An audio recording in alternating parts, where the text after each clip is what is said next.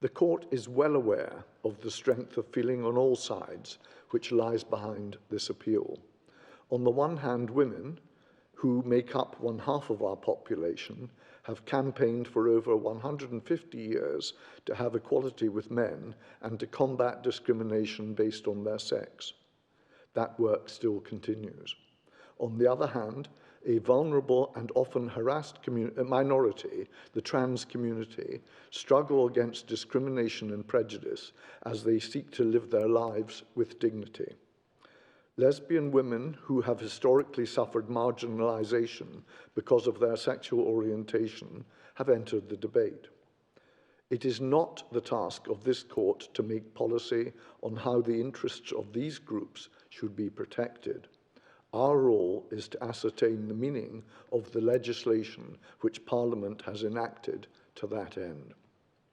The central question on this appeal is the meaning of the terms woman and sex in the Equality Act 2010. Do those terms refer to biological women or biological sex? Or is a woman to be interpreted as extending to a trans woman with a gender recognition certificate? By that I mean a person born male who now possesses a gender recognition certificate amending her gender to female, and sex to be interpreted as including what I will refer to as certificated sex. The unanimous decision of this Court is that the terms woman and sex in the Equality Act 2010 refer to a biological woman and biological sex.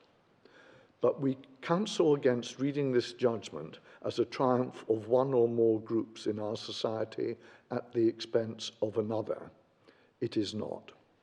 As I shall explain later in this hand-down speech, the Equality Act 2010 gives transgender people protection not only against discrimination through the protected characteristic of gender reassignment, but also against direct discrimination, indirect discrimination, and harassment in substance in their acquired gender. This is the application of the principle of discrimination by association. Those statutory protections are available to transgender people whether or not they possess a gender recognition certificate. The questions which this Court addresses have arisen in this way. The Scottish Parliament has sought to increase the representation of women on the boards of public bodies by enacting the Public Boards Scotland Act 2018. I will refer to that Act as the 2018 Act. The current challenges relates to the statutory guidance which the Scottish Government issued in 2022 following a successful legal challenge to the statutory definition of a woman in the 2018 Act and to the original statutory guidance. In the revised guidance, the Scottish Government, relying on its interpretation of the Equality Act 2010, asserts that woman, for the purposes of the 2018 Act, includes a trans woman who possesses a full gender recognition certificate, acknowledging her required sex as that of a woman. The campaigning charity For Women Scotland challenge the legality of that statutory guidance and submit that it is both wrong in law and beyond the competency of the Scottish Government. This challenge was rejected by both the Outer House and the Inner House of the Court of Session in Edinburgh. The courts held that Section 9(1) of the Gender Recognition Act 2004, which I'll now refer to as the GRA, had the effect that a person with a gender recognition certificate was entitled to be treated in law as having his or her acquired gender for all purposes. They addressed Section 9(3) of the GRA, which provides that the rule in Section 9(1) is, and I quote, subject to provision made by this Act or any other enactment or any subordinate legislation. The courts held that Section 9(3) has effect only if the terms and context of the subsequent enactment require it to be interpreted as disapplying the Section 9(1) rule. They held that the Equality Act 2010, which I'll now refer to as the EA, did not require such an interpretation except possibly in the provisions relating to pregnancy and maternity. 4 Women Scotland appeal to this court. Their appeal is opposed by the Scottish ministers. We have also had the benefit of submissions from 4 interveners. First, there is Sex Matters, a campaigning charity which argued cogently for a biological interpretation of the words woman and sex in the EA. Secondly, the Lesbian Project and the LGB Alliance, which are also campaigning charities, pointed out the anomalies which would adversely affect lesbians if those terms were interpreted as certificated sex rather than biological sex. Thirdly, we had submissions from the Equality and Human Rights Commission, which I'll refer to as the EHRC, a British public body which has advised the Scottish Government on the interpretation of the EA. The EHRC supported the Scottish Government's interpretation of the EA, but expressed concerns about anomalies in the operation of that Act and concluded that the EA needed to be amended by Parliament. Fourthly, Amnesty International UK provided submissions on human rights issues relevant to the appeal. We are grateful to all the interveners for their assistance. In a judgment written by Lady Rose, Lady Simler and me, with whom Lord Reid and Lord Lloyd-Jones agree, we unanimously allow the appeal. It's a long judgment as the court analyses the GRA and the EA in considerable detail. In a hand-down address, I can only give a brief description of the reasoning. The court explains the principles which apply to statutory interpretation, including the need to give a coherent meaning to an Act of Parliament. By way of historical background, we point out that the Sex Discrimination Act of 1975, which is the relevant statutory predecessor of the EA, adopted a biological interpretation of the terms man and woman. The Sex Discrimination Gender Reassignment Regulations, 1999, which I'll call the 1999 regulations, introduced a new protected characteristic of gender reassignment, which protects those who intend to undergo, are undergoing, or have undergone a process of gender reassignment. The 1999 regulations did not alter the definitions of man or woman in the Sex Discrimination Act. The judgment then addresses 2 central questions. The first is the meaning of the GRA. As I have said, the Scottish courts applied the rule in section 9(1) of the GRA to the definition of woman in the EA, as they didn't interpret the EA as qualifying that rule. So the first question is therefore, what is the meaning and effect of section 9(3) of the GRA? The court rejects the submission that for section 9(3) to operate, it is necessary to find an expression disapplying section 9(1), or that the other statute, by regard to their purpose, are found to be inconsistent with that rule. That conclusion leads on to the second central question, which is whether the provisions of the EA are inconsistent with the rule in section 9(1) of the GRA. Answering that question involves a painstaking analysis of those provisions. Having conducted that analysis, which takes up the majority of our judgment, the court has concluded that the provisions of the EA are inconsistent with the rule in section 9(1) of the GRA.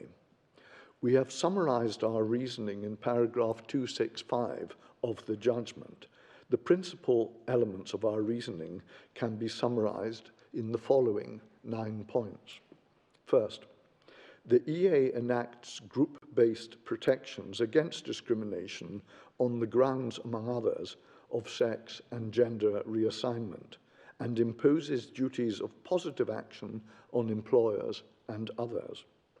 Secondly, the EA must be interpreted in a clear and consistent way so that those on whom the Act imposes obligations can identify the groups which share a protected characteristic. Thirdly, interpreting sex as certificated sex would cut across the definitions of man and woman in the EA, and thus the protected characteristic of sex, in an incoherent way. It would create heterogeneous groupings.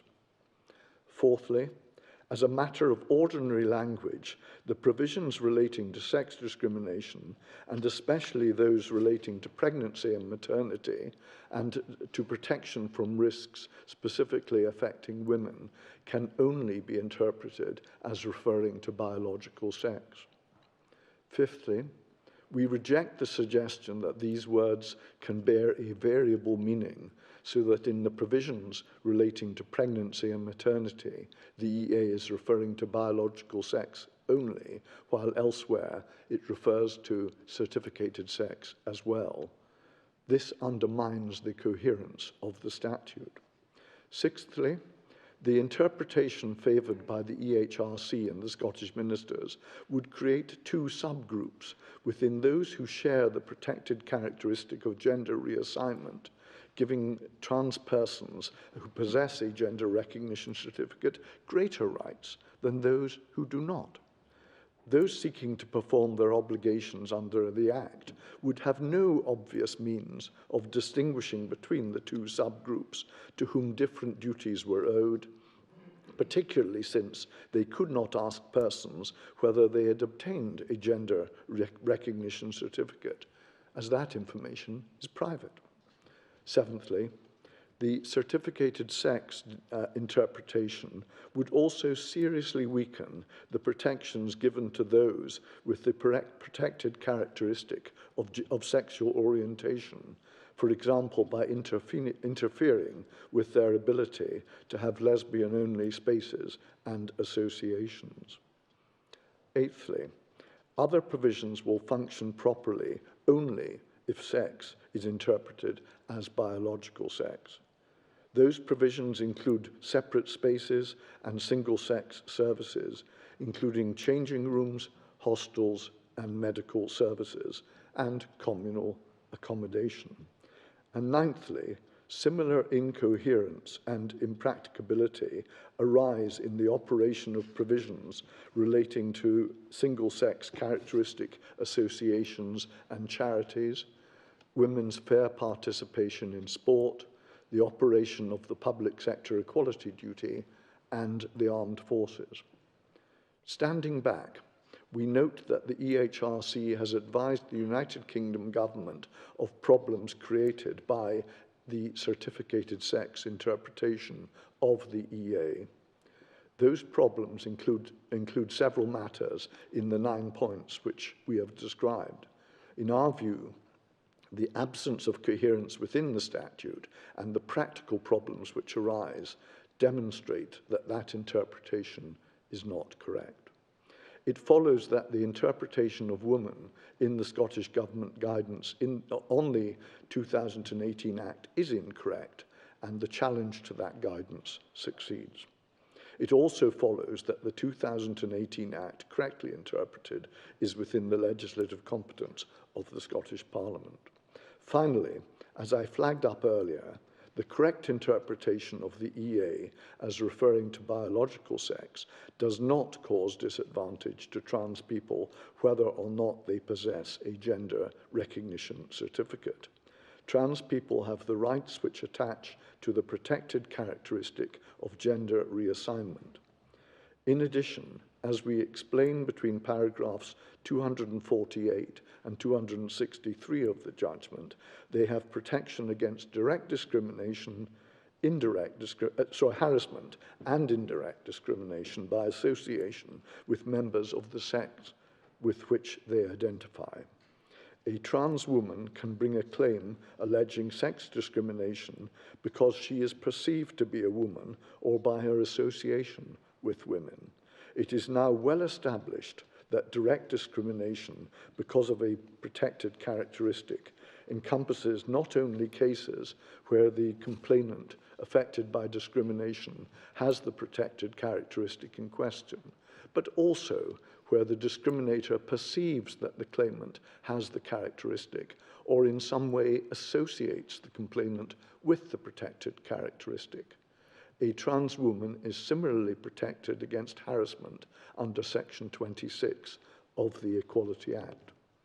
Further, the principle of discrimination by association remains part of our law, see Section 19A of the EA, and protects transgender people against indirect discrimination, regardless of whether they possess gender recognition certificates.